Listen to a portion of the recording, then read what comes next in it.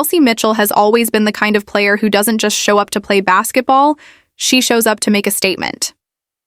Her energy, her competitive fire, her grit. They've all defined the Indiana Fever long before the national cameras started following every pass and every glance between her and Caitlin Clark. And for years, Kelsey has been that quiet storm, the beating heart of a team that's weathered rebuilds, tough losses and shifting expectations. But now, the arrival of one of the biggest stars in all of women's basketball has rewritten everything. Caitlin Clark isn't just another draft pick or another piece of the puzzle. She's a cultural movement, a phenomenon who brought an entire new wave of attention, pressure, and scrutiny to a franchise that wasn't ready for this level of spotlight. And for Kelsey Mitchell, that spotlight is both a blessing and a test. Recently, she sat down with WNBA legend Sue Bird on her podcast Bird's Eye View, and for the first time, Kelsey spoke honestly about what it's really been like to share the court, the locker room, and the identity of this team with Caitlin Clark. The tone of the conversation wasn't defensive, but it was raw. When Sue asked what it's like playing alongside Caitlin and how that dynamic has shifted the Fever's chemistry, Kelsey didn't sugarcoat anything. She admitted that social media narratives and external noise have all twisted what's happening inside the locker room into something it isn't. She said people tend to overlook her leadership, not because she's invisible, but because in today's sports world, stories move faster than truth. Everyone wants a rivalry, everyone wants a hierarchy, and somewhere in that hunger for headlines, the real story gets lost. The one about two competitors learning how to coexist, grow, and win under pressure. Kelsey spoke about adjustment, a word that hung heavy in her voice. She said that when someone like Caitlin Clark walks into your organization, there's no such thing as business as usual. Everything changes. The way practice feels, the way the media behaves, even how the front office communicates. She said there were growing pains, not just for her, but for everyone from the Pacers' entertainment staff to the Fever's front office, all trying to find balance in a brand new world that revolved around one player. But instead of resentment, Kelsey showed something rare: understanding. She described Caitlin as someone who, despite the fame and the flashing cameras, never acted like she was above the team. She wasn't trying to be bigger than the program, Kelsey said. And in a world where ego often drives headlines, that one line hit differently. She said Caitlin was humble, confident, yes, but rooted. She didn't walk into that locker room expecting anyone to bow down or change who they were. She just wanted to fit in, to contribute, and to win. That humility, Kelsey said, was what made her respect Caitlin the most. The conversation moved deeper. Sue Bird noted that it sounded like Caitlin was that same way in the locker room, giving her best, bringing light to everyone around her. Kelsey agreed instantly. She described Caitlin as a kid in a candy store, a player whose love for the game radiates whether she's dropping triple-doubles or sidelined with an injury. She said what made Caitlin special wasn't just her talent, but her consistency, that even when she wasn't on the court, her passion didn't fade. Most players, when things don't go their way, when their bodies give out, or when the spotlight dims, pull back. But Caitlin poured in even more. She cheered, supported, and stayed invested. That's what earned Kelsey's respect. It wasn't just about stats or highlights. It was about attitude. But let's be real, the Indiana Fever are living in a pressure cooker. When Caitlin Clark joined the team, it wasn't just about basketball anymore. It became about expectations, ratings, ticket sales, and national conversations. And while that kind of visibility can build a franchise, it can also divide it. When Coach Stephanie White made headlines by saying Kelsey Mitchell was our #1 priority last summer and she's our #1 priority this summer, she might have meant it as praise. But the reaction was explosive. Fans immediately felt the tension. Because whether fair or not, words like that create a narrative, one where Kelsey and Caitlin are seen as rivals instead of partners. Instead of celebrating two elite guards working together to transform a team, people started picking sides. Was this Kelsey's team or Caitlin's? Who gets the final shot? Who's the face of the franchise? And the saddest part is that none of that division came from the players themselves. It came from outside, from media soundbites, misinterpreted quotes, and fans reacting to narratives rather than truth. Kelsey's perspective on that chaos was mature. She said social media has become a weapon, twisting simple statements into battles and reducing human relationships into hashtags. She said the locker room doesn't live by those same storylines. Inside, there's respect. There's competition, sure, but also admiration. She said that Caitlin's style actually complements hers, that they both love the game the same way, they just express it differently. Kelsey is fire, explosive, driven, attacking. Caitlin is flair, calculated, creative, visionary. Together, when the chemistry clicks, they create something electric. We saw that version of them during the Fever's post-Olympic break run, a stretch of basketball so fluid it looked choreographed. Kelsey was averaging over 20 points, Caitlin nearly matching her while dishing out double-digit assists and flirting with triple-doubles. The team was lighting up scoreboards, hitting 100 points, playing with pace, confidence, and joy. For a moment, it felt like the Indiana Fever were the future of the WNBA, a young, hungry, fearless team powered by two women who played the game the right way. But that magic didn't last. Somewhere along the line, the energy shifted. Maybe it was the weight of expectations.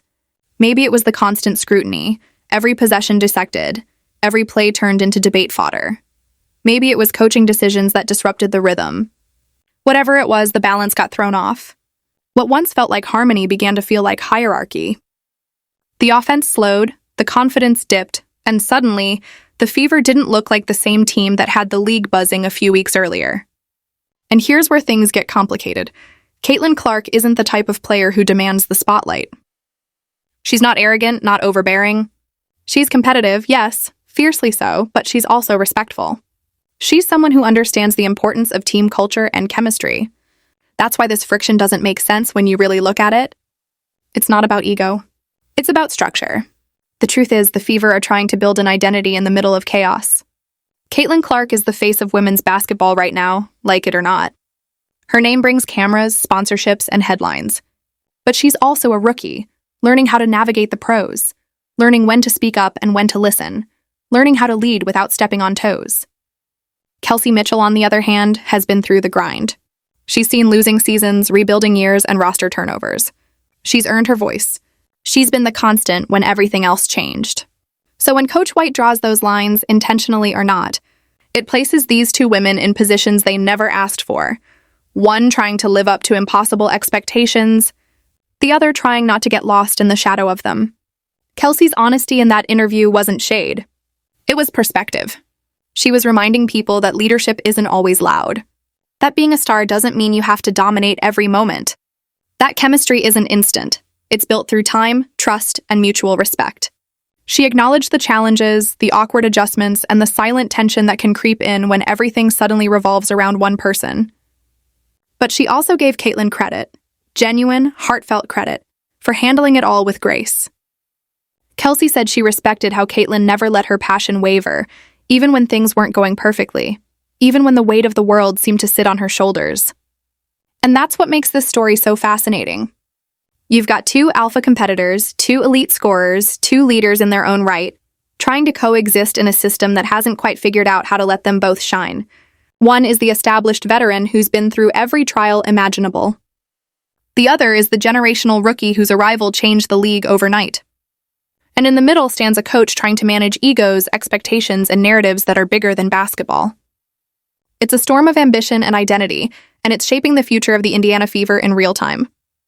But if there's one thing that stands out in Kelsey's words, it's her respect for the game itself. She talked about how she, Caitlin, and Aaliyah Boston all share the same deep, almost childlike love for basketball. They approach it differently, sure. Kelsey through raw scoring and emotion, Caitlin through vision and precision, Aaliyah through power and poise. But that love connects them. And that's why there's still hope for this duo. The chemistry isn't broken and it's evolving. The outside world might be trying to turn them into rivals, but inside that locker room, it's still about the work. About figuring out how to make two great players elevate each other instead of compete for attention. Still, the reality is clear. It's time for Caitlin Clark to take the wheel. Not because she's better, but because that's what the Fever drafted her to do. The organization, the fan base, the entire WNBA ecosystem has built her up as the leader of Kelsey Mitchell had nothing but genuine respect and admiration for Caitlin Clark. Not in the kind of shallow, media-trained way that players sometimes do, but in a way that showed she truly understood what Caitlin brought to the game, what she meant to the team, and how her presence elevated everyone around her. There was no resentment in her tone, no ego hidden between her words, just appreciation for the kind of energy, discipline, and fire Caitlin brought with her every single day. And that's why so many people still believe this duo can absolutely work. They've already shown flashes of greatness together, moments on the court that felt electric, like the perfect blend of talent and timing, two players whose games were meant to coexist. The way Caitlin commands the floor with her vision and passing, combined with Kelsey's speed, aggression, and ability to score from anywhere, makes for a backcourt that should terrify defenses across the league. They've proven they can share the floor, share the spotlight, and still dominate. But as the season unfolds, the real problem doesn't seem to be the chemistry between the two players. It's the leadership above them that seems to be creating unnecessary division. The elephant in the room is the way Stephanie White, the head coach, has been handling this dynamic. It feels like she's trying to rewrite the natural pecking order, trying to build this team's identity around Kelsey Mitchell when, let's be honest, that's not the current reality. The moment Caitlin Clark arrived in Indiana, everything changed. The fan base, the media attention, the expectations, the very culture of the franchise. She didn't just join a team, she elevated it. She brought the national spotlight, the sold-out arenas, the record-breaking viewership, and the kind of attention the Fever hadn't seen in years. That's not arrogance, that's just the truth of what Caitlin Clark represents for women's basketball. And when you have a generational player like that, a coach has to adapt, not resist. You can't pretend that the impact she brings off the court and on the court are separate things. They're intertwined, and when harnessed properly, they can be the foundation of a dynasty. What made the Caitlin-Kelsey partnership so beautiful at first was its balance. Caitlin's playmaking and shooting created opportunities, while Kelsey's athleticism and aggressiveness filled every gap perfectly. They didn't need one to dim so the other could shine. They needed a system that let both burn bright at the same time. But that kind of harmony takes trust and vision from leadership, and that's where the cracks started to form. When a coach begins sending mixed messages, talking about one player being the priority while the other is the clear public face of the franchise, it creates confusion, not just in the locker room but among the fans. Fans start to take sides, and the media starts building narratives about ego clashes that don't even exist between the players themselves. Instead of celebrating one of the most dynamic duos women's basketball has ever seen, people are being forced to choose who the team belongs to, as if unity and success can't coexist. That's not on Kelsey, and it's certainly not on Caitlin. It's on leadership that refuses to embrace what's right in front of them. Stephanie White has to realize that great coaching isn't about forcing hierarchy. It's about managing talent and chemistry in a way that brings out the best in everyone. Trying to define whose team it is only divides the locker room further. This generation of players doesn't need a coach who plays favorites. They need one who empowers collaboration, who recognizes that having two stars isn't a problem, it's a blessing. And the Fever have that blessing right now. If White continues to feed into this either-or narrative, she's not just risking tension between two elite athletes. She's risking the momentum of the entire franchise. The fan base that has rallied behind this team because of the excitement Caitlin and Kelsey bring together will eventually turn on the management that keeps them apart. Caitlin Clark's arrival was supposed to be the start of a new era, not the start of a power struggle. The Fever were on the verge of something special, a fresh identity built around teamwork, excitement, and the kind of basketball that reminds people why they fell in love with the game in the first place. But for that vision to become reality, leadership has to evolve. You can't coach like it's the old guard anymore, pretending that hierarchy is more important than chemistry. Caitlin and Kelsey have already shown what's possible when they play freely, without the weight of politics and public perception dragging them down. They've shown that two leaders can coexist. Two alphas can thrive together when they trust one another and when their coach trusts them. At the end of the day, this isn't about whose team it is, it's about winning. It's about doing what works and letting the results speak louder than any coach's narrative. Caitlin Clark is not just a player. She's a movement, a once-in-a-generation talent who changes everything she touches. Kelsey Mitchell is a veteran warrior who's paid her dues, carried the franchise when no one else would, and earned every ounce of respect she's getting. Together, they could redefine what the Fever mean to basketball fans everywhere. But that future depends on leadership's ability to step back and let these women lead from within, not from behind clipboards and talking points. The truth is simple. You can't have two stars if you refuse to let them shine together. You can't build chemistry in a culture of competition where unity should exist. This duo has the potential to become legendary, but not if they're constantly being framed as opponents within their own team. Stephanie White needs to stop drawing lines in the sand and start building bridges before she loses not just her players, but the trust of a fan base that has finally started to believe again. If she doesn't, the Fever could find themselves right back where they started, full of potential but lost in internal chaos. There's no denying what's possible here. The Fever have lightning in a bottle with Caitlin Clark and Kelsey Mitchell, and they're at a crossroads that could define the next decade of the franchise.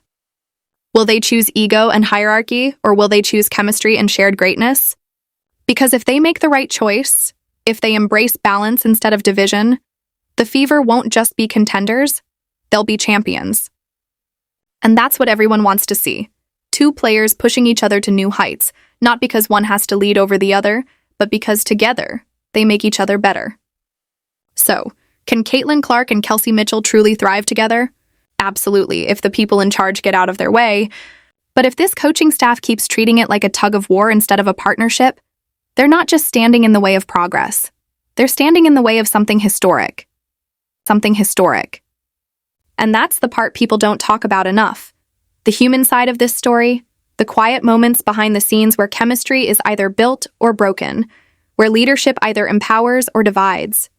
Because when you think about what's really happening in Indiana, it's not just about plays or stats, it's about identity.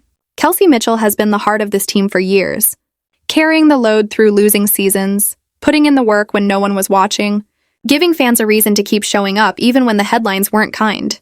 She earned her stripes, no doubt. But then comes Caitlin Clark, a phenom who shifts the entire gravitational pull of women's basketball, and suddenly the dynamic changes overnight. It's not Kelsey's fault, and it's not Caitlin's fault. It's just what happens when a generational talent enters a small market team that's been searching for relevance for too long. The adjustment period was always going to be bumpy. You don't merge two stars without friction. The problem is when the friction isn't managed, it turns into fire. Inside that locker room, the energy has shifted. Players can feel it. The cameras are always there now. The expectation's heavier than ever, and every small mistake turns into a viral headline. Every whisper becomes a rumor. Every timeout argument becomes a talking point. That's pressure, and it's not something every coach knows how to handle. Stephanie White, for all her experience, is walking a thin line between control and chaos. She wants to be the voice of reason, but in trying to control the narrative, she's losing sight of what makes great teams great. Freedom. Freedom to play, freedom to grow, freedom to lead without permission. Caitlin thrives when she's trusted, when the system bends to her natural instincts and allows her creativity to shape the game. Kelsey thrives when she's unleashed, when she can use her explosiveness without worrying about politics. Together, that should be unstoppable. But when leadership tightens the leash, you suffocate the very spark that makes both players special. Fans can see it too. You look at the crowd during home games, the signs, the jerseys, the emotion. It's not just about basketball anymore. It's about connection. People are emotionally invested in this team because they see potential. They see two women who could rewrite what leadership looks like in sports. But when they hear mixed messages from the top, it confuses them. One week, it's Caitlin's the face of the franchise. The next, it's Kelsey's our priority. And fans are left asking why it has to be one or the other. Why can't it be both? Why can't Indiana build something revolutionary? A team that doesn't revolve around one superstar, but thrives because two can coexist without ego. That's the vision the Fever are missing right now. They're too focused on managing perception instead of nurturing chemistry. Even off the court, the divide is noticeable. The media gravitates toward Caitlin naturally. She's the story, the headline, the click. But within the team, that spotlight can feel blinding. Some players handle it gracefully, others quietly retreat. Kelsey's comments on Sue Bird's podcast weren't about jealousy. They were about navigating that shift, trying to stay true to herself in an environment that suddenly changed. Her honesty was refreshing, and her respect for Caitlin was clear. But she also hinted at the adjustment period everyone's been forced to endure. The front office, the training staff, the players, even Pacers Entertainment, who now have to manage the Fever like a national brand instead of a small franchise. When she talked about roles needing to be situated, that wasn't just about on-court positions, it was about power dynamics, about understanding who's leading and who's supporting, about knowing where everyone fits in a story that's suddenly bigger than basketball. And that's where leadership becomes make or break. Great coaches adapt, insecure ones double down. Right now, Stephanie White feels caught in between. On one hand, she wants to protect her veteran core, Kelsey, Aaliyah, Nalisa, those who've been through the trenches. On the other, she has to elevate Caitlin, because that's what the league, the fans, and frankly, the entire business side of basketball demands. The trick is balancing those forces without alienating either side. But instead of balancing, she's dividing. Every time she emphasizes one player over the other, she plants another seed of doubt. Every time she frames Kelsey as the leader and Caitlin as the rising star, she's unintentionally feeding the narrative that they can't coexist. And that narrative becomes poison, seeping into press conferences, social media, and even locker room conversations. The truth is, Caitlin Clark doesn't want to take over the team. She wants to elevate it. That's what makes her special. Her leadership isn't loud. It's magnetic. Her presence alone raises everyone's standards. She shows up early, she studies film like a veteran, she takes responsibility even when she doesn't have to. That's not arrogance, that's accountability. And that's the kind of leadership that wins championships. But when you pair that with a coach who doesn't fully trust her yet, you get hesitation instead of harmony. You get moments where Caitlin defers too much, where the offense feels stuck between two philosophies, where no one knows who's really in charge of the tempo. That hesitation kills momentum. It's not that the players don't trust each other, it's that they don't know which version of themselves the system actually wants. If the Fever want to move forward, they have to make a choice, not between Kelsey and Caitlin, but between fear and freedom. Do they want to play small, holding on to old hierarchies and keeping veterans comfortable? Or do they want to evolve, build around shared leadership, and trust that greatness doesn't have to be singular? Because history shows that when two stars align, they don't cancel each other out. They create galaxies. Look at what's happening in women's basketball right now.